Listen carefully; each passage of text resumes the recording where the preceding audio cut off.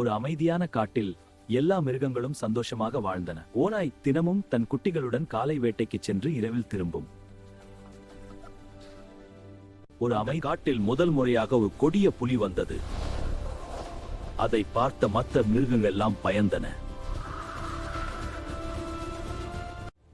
ஆஹா, நான் தேடிய இடம் இதுதான். நான் நினைச்ச மாதிரி அழகா இருக்கு. இனி இது என் வீடு. இன்னைக்கு வேட்டை ரொம்ப நல்லா போச்சு இல்ல? சரி வாங்க குட்டீஸ், நம்ம வீடு வந்துருச்சு.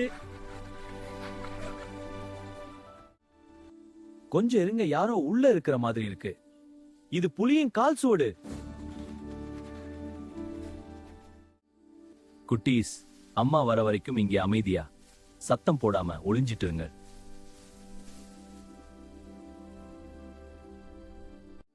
ஓநாய் மெதுவாக உள்ளே எட்டி பார்த்தது. உள்ளே புலி குரட்டை விட்டு தூங்கிக் கொண்டிருந்தது. நம்ம இடத்துல புலி வந்து தூங்குது. நாம இப்ப குழந்தைகளோட எங்க போய் தங்குறது? ஒன்னும் புரியலையே. நண்பா, ஏன் சோகமா இருக்கிற? என்னாச்சு உனக்கு? புலி எங்க குகையில வந்து தூங்கிட்டு இருக்கு. அதான் இப்ப என்ன பண்றதுன்னு தெரியல. கவலைப்படாதே, நான் பாத்துக்கிறேன். நாம போய் புலி கிட்ட பேசி பாப்போம். புலியாரே, இது ஓநாயின் வீடு. ப்ளீஸ் கொஞ்சம் வெளியே வரீங்களா? நான் வெளியே வர மாட்டேன்.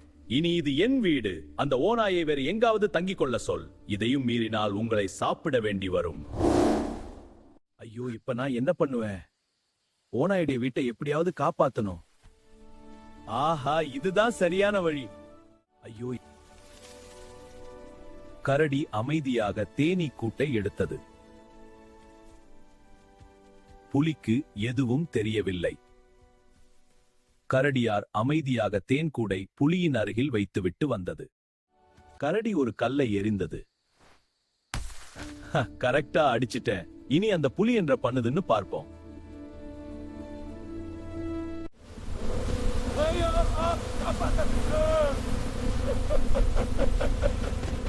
புலி பயந்து காட்டை விட்டு ஓடிவிட்டது. நன்றி நண்பா. பலத்தை விட புத்திதான் பெரியது.